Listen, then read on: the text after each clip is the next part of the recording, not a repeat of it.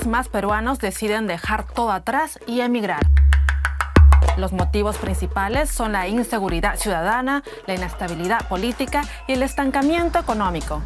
Los que se van son en su mayoría gente joven, es decir, los que mueven la economía. Para el país significa una pérdida de talento, capital e ingresos para el Estado.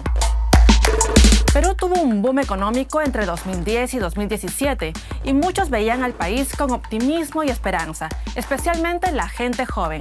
¿Qué pasó en Perú y por qué el país sufre una fuga de talentos? Aquí te damos más contexto. ¿Quiénes son los peruanos que están emigrando ahora y por qué se fueron? Entre 2021 y 2022, las salidas sin retorno casi se cuadruplicaron. Y en la primera mitad de 2023 hubo más personas que dejaron el país que en todo el año anterior. Eso sí, aún es pronto para saber cuántos de estos volverán. La mayoría tienen menos de 40 años y son solteras. Son jóvenes y en muchos de los casos profesionales, ¿no? Peruanos talento que se están yendo a otras partes del mundo para poder conseguir trabajo, poder conseguir un mejor salario. Muchas de las personas que emigran también son personas que pertenecen a trabajo informal dentro del país, ya que en el Perú existe un 70% de informalidad.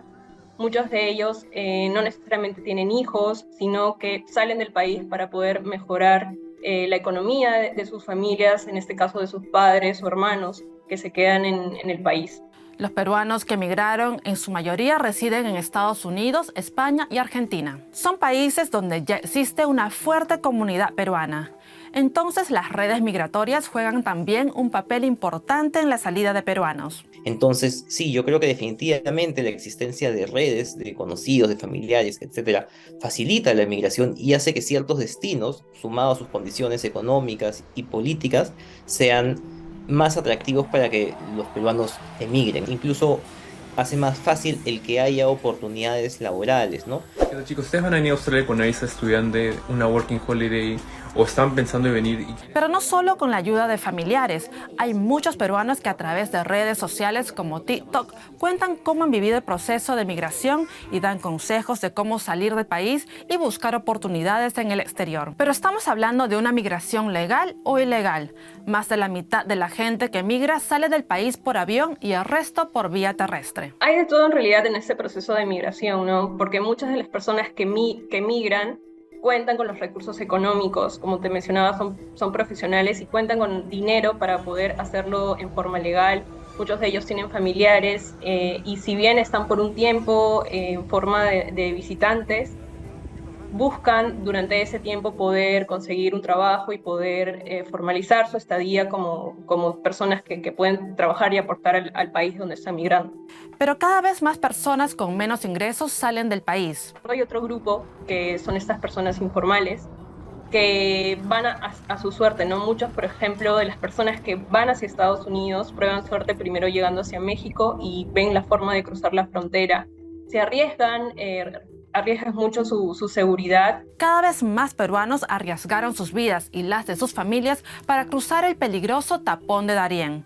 Según una investigación, en lo que va del año, unos 3.200 peruanos cruzaron el Darién, una gran subida en comparación a años anteriores. Con el aumento de la inmigración informal, también aumentan las mafias que dicen facilitar las salidas del país. Muchas de ellas son contactadas por las personas que quieren salir del país a través de las redes sociales, por ejemplo TikTok, Instagram, Facebook. Y claro, por ejemplo, cuando uno también va cerca al aeropuerto, incluso a los terminales de buses, hay personas que pueden contactarte y proponerte formas o maneras de salir del país a cambio de dinero. Pero vayamos ahora a las causas.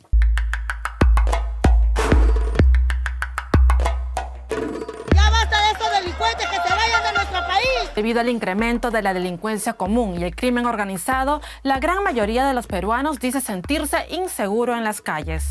El gobierno declaró el estado de emergencia en 3 localidades por esta causa. El ministro peruano del Interior, Vicente Romero, afirma que el crimen organizado ha cambiado en los últimos años en Perú con la presencia de bandas internacionales como el Tren de Aragua, mafia venezolana que se dedica al sicariato, extorsión, trata de personas y asaltos a mano armada. El acompañamiento de este grupo operacional, juntamente con los grupos de inteligencia y los grupos de investigación, será un triángulo perfecto para erradicar las extorsiones en el país. La inseguridad ciudadana es entonces un factor decisivo para los peruanos que emigran. Indican que ahora que viven en otro país, por ejemplo, no están constantemente preocupados por salir a la calle y que sean asaltados, ¿no? Y más allá del aumento del índice de la seguridad en el país, existe una gran percepción entre los peruanos de estar expuestos principalmente a robos, asesinatos e incluso a extorsiones.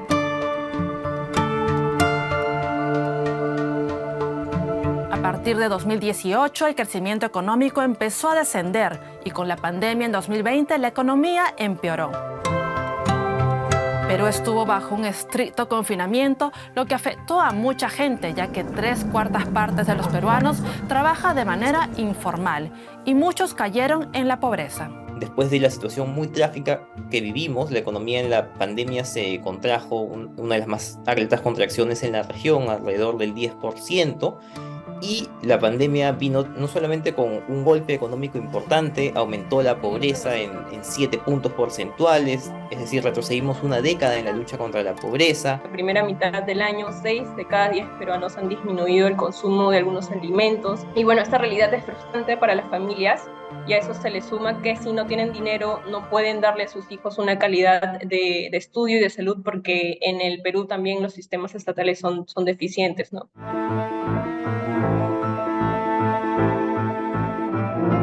Con el fin del boom económico en Perú, también llegó la inestabilidad política. Desde 2018, ningún presidente logró terminar su mandato.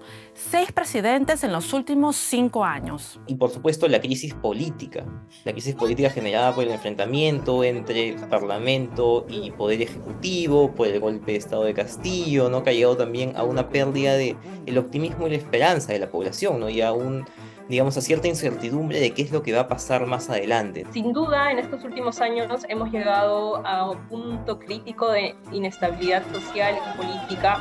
Boluarte, por ejemplo, gobierna con un 83% de desaprobación, y lo mismo le sucede al Congreso. La nueva migración trae como consecuencia una fuga de talento joven y afectará al país, ya que son los que aportan más en la sociedad y en su economía. Durante el boom económico, los peruanos veían al país con optimismo y esperanza, especialmente la gente joven. Se creía que todos se iban a beneficiar de este crecimiento, una perspectiva que para muchos ya no es real. Las clases más desfavorecidas quedaron olvidadas, lo que provocó un incremento del descontento social y una gran polarización política.